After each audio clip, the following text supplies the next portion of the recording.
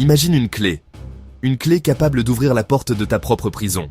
Cette prison, ce ne sont pas des barreaux de fer. Tes habitudes, tes peurs, les pensées qui tournent en boucle dans ta tête. Tu n'es pas assez bon. Tu n'y arriveras jamais. Demain sera un meilleur jour pour commencer. Aujourd'hui, je vais te révéler un secret. Un secret vieux de plus de 2000 ans. Mais qui est plus pertinent que jamais en 2025. C'est un outil mental qui a permis à des empereurs, des artistes et des leaders de surmonter les pires épreuves. Ce secret, c'est le stoïcisme. Et si tu l'appliques, il peut radicalement transformer ta vie. Alors, reste bien jusqu'à la fin. Et si ce n'est pas déjà fait, abonne-toi pour ne rien manquer. Car ce que tu vas apprendre pourrait être le déclic que tu attends. Cette histoire n'est pas celle d'un philosophe en toge. C'est l'histoire de Léo, un jeune homme comme toi et moi. Il a 24 ans, il vit dans un petit appartement et il a des rêves plein la tête. Le décor est planté. Léo est au fond du gouffre. Pas un gouffre spectaculaire, un gouffre silencieux, presque confortable. Celui de la routine, de la médiocrité choisie. Il rêve de créer une application, être en meilleure forme, terminer le cours de codage qu'il a acheté il y a 6 mois. Il se lève tard, il scrolle sans fin sur son téléphone, il mange mal, il regarde des séries jusqu'à tard. Chaque soir, la culpabilité le ronge. Demain, je m'y mets. Mais demain est toujours un autre jour. Le déclic arrive un soir de septembre. Il retrouve Thomas, un vieil ami d'université. Thomas est transformé. La honte est immense. En rentrant, il se regarde dans le miroir. Il voit quelqu'un qui se ment à lui-même. C'est un électrochoc. Il ne peut pas dormir. Il sait que quelque chose doit changer. Radicalement, il tombe sur une vidéo. Reprends le contrôle de ta vie. Il découvre Sénèque. Il découvre Épictète. Il découvre Marc Aurèle. La dichotomie du contrôle lui percute le crâne. Nos pensées, nos jugements, nos actions. Ce que les autres pensent, la météo. Il a gaspillé son énergie à s'inquiéter de l'extérieur. Il décide, fini d'attendre, fini de subir, pas tout changer d'un coup, se concentrer sur une seule action qu'il peut contrôler. Le lendemain matin, au lieu du téléphone, il se lève et boit un verre d'eau. C'est son premier pas. Il s'endort enfin, avec un plan. Le réveil sonne à 7 heures. Le premier réflexe de Léo, comme d'habitude, est de tendre la main vers son téléphone. L'envie de scroller est puissante. C'est une habitude ancrée, un automatisme. Mais cette fois, la voix de la veille résonne dans sa tête. Concentre-toi sur ce que tu contrôles. Il ne peut pas contrôler l'envie. L'envie est là, c'est une sensation. Mais il peut contrôler sa main, il peut contrôler son corps. Il serre les dents, il se force à poser les pieds par terre. Il se lève, il marche jusqu'à la cuisine. Il se sert un grand verre d'eau. Et il le boit. C'est fait. Une vague de fierté, disproportionnée par rapport à l'action, l'envahit. Il a gagné. C'était son combat. Et il l'a remporté. Fort de ce premier succès, Léo décide d'appliquer une autre leçon stoïcienne, diviser les tâches écrasantes en petites actions gérables. Son ambition de créer une application lui paraît toujours être une montagne. Il décide que ce sera simplement de créer un nouveau document et d'y écrire le titre de son projet. Et il tape « Projet App Gestion du temps ». Juste ça. Il a respecté son engagement. Il a fait ce qu'il avait dit qu'il ferait. Il a remplacé l'inertie par un minuscule mouvement vers l'avant. Les jours suivants, il répète le processus. Chaque jour, un petit pas. Au lieu de se dire « je vais faire 1 heure de sport », il se dit « je vais faire 10 pompes ». Juste 10. Et souvent, il en fait plus. Il apprend à dissocier l'action de l'émotion. Il n'attend plus de se sentir motivé pour agir. Il agit et la motivation suit. Si tu te reconnais dans cette lutte contre la procrastination, partage cette histoire ou dis-le en commentaire. Et abonne-toi si tu veux d'autres décryptages pratiques. En enchaînant ces petites victoires, il construit la confiance en lui-même. Il se prouve par l'action qu'il est quelqu'un qui tient ses promesses. Quelqu'un qui avance. Lentement. Mais sûrement, Léo progresse. Sa routine matinale est maintenant bien installée. Il a perdu ses premiers kilos. Le document de son projet n'est plus une page blanche, mais un plan de plusieurs pages.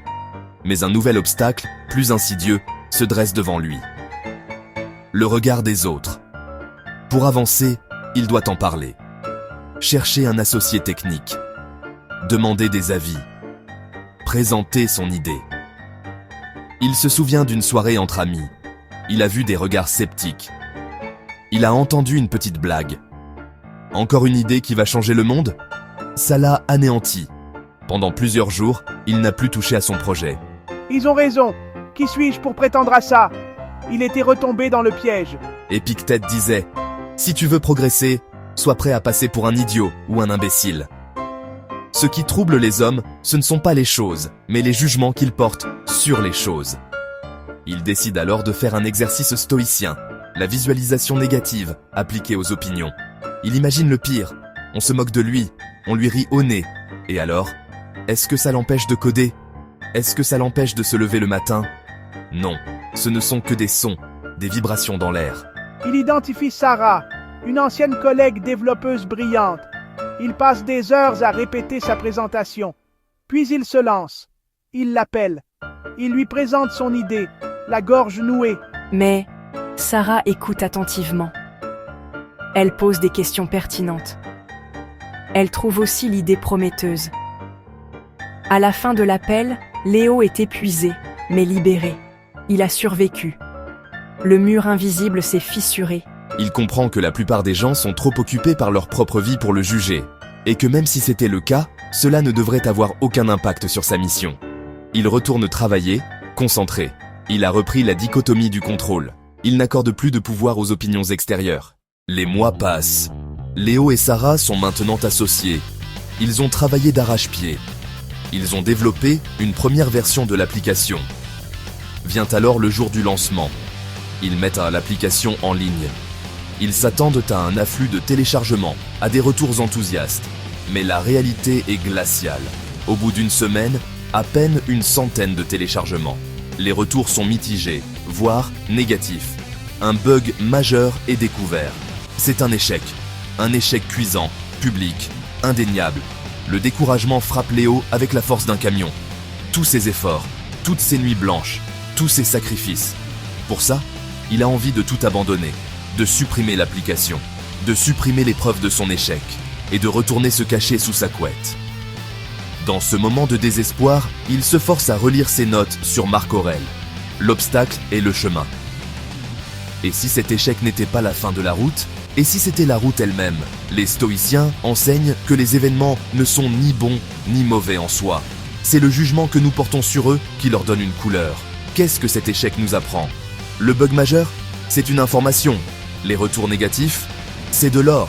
Le peu de téléchargements, notre stratégie marketing était inexistante. C'est une compétence que nous devons apprendre. Ils corrigent le bug. Ils améliorent l'interface. Ils ajoutent les fonctionnalités les plus demandées. Ils transforment le poison en remède. Mais un problème demeure. Ils n'ont plus d'argent. Leurs économies personnelles sont épuisées. Ils doivent trouver des investisseurs. Ce qu'il peut contrôler, c'est sa préparation. Discipline stoïcienne appliquée. Lui et Sarah préparent sans relâche. Ils anticipent chaque objection. Ils préparent des réponses honnêtes. Le premier est un désastre. Investisseur froid. Il les interrompt sans arrêt. Panique, puis regrouping. Léo reste calme et professionnel. Ils enchaînent les réunions. Certains sont polis, d'autres encourageants. Ils persistent. Dernier rendez-vous. Bascule. Les investisseurs sont attentifs. Ils posent des questions pertinentes. Ils sont impressionnés par l'histoire, pas seulement l'idée. L'échec transformé en force. Ils voient des entrepreneurs résilients. Ils signent. Ce jour, victoire, oui. Mais ce n'est pas la fin. Quelques semaines plus tard, la nouvelle tombe. Ils ont réussi. L'un des fonds d'investissement a décidé de croire en eux. Ils ont obtenu le financement nécessaire. Ils lancent la deuxième version et la soutiennent avec une vraie campagne marketing. Mais pour Léo, la vraie victoire est ailleurs.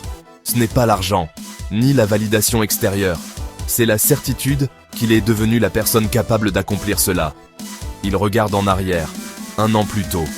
Il voit le chemin parcouru, chaque petit pas, chaque lutte contre lui-même, chaque obstacle surmonté. La transformation n'est pas dans le résultat, elle est dans le processus. Le stoïcisme n'était pas une solution miracle. C'était un entraînement, un système d'exploitation pour son esprit qu'il doit continuer à mettre à jour chaque jour. Le but n'est pas d'atteindre une destination finale où tout est parfait. Le but est de bien cheminer. Aujourd'hui, Léo partage son histoire. Il explique comment ses principes anciens l'ont aidé à se sortir de l'inertie. Il ne prétend pas être un gourou. Il se présente simplement comme quelqu'un qui a trouvé une carte. Il insiste, le stoïcisme ne supprime pas la douleur, la peur, la déception. Ces émotions font partie de la vie, mais il donne des outils pour ne pas se laisser submerger par elles. C'est là que la vraie croissance se produit. Tu as en toi le pouvoir de changer, le pouvoir de choisir tes actions, de maîtriser tes jugements, et de transformer chaque obstacle en une opportunité. Si son parcours t'a inspiré et que tu veux savoir comment appliquer concrètement ces principes, j'ai préparé une vidéo complémentaire. 5 exercices stoïciens pour commencer dès aujourd'hui. Le lien est dans la description. Abonne-toi maintenant pour ne pas la manquer. N'attends pas, commence. Le premier pas ne demande qu'une seule chose. Ta décision. L'histoire de Léo pourrait être la tienne. Prends ta vie au sérieux, ou sois l'esclave de tes habitudes. À toi de choisir. Abonne-toi. Va voir la vidéo 5 exercices stoïciens. Le lien est dans la description. Merci d'avoir regardé.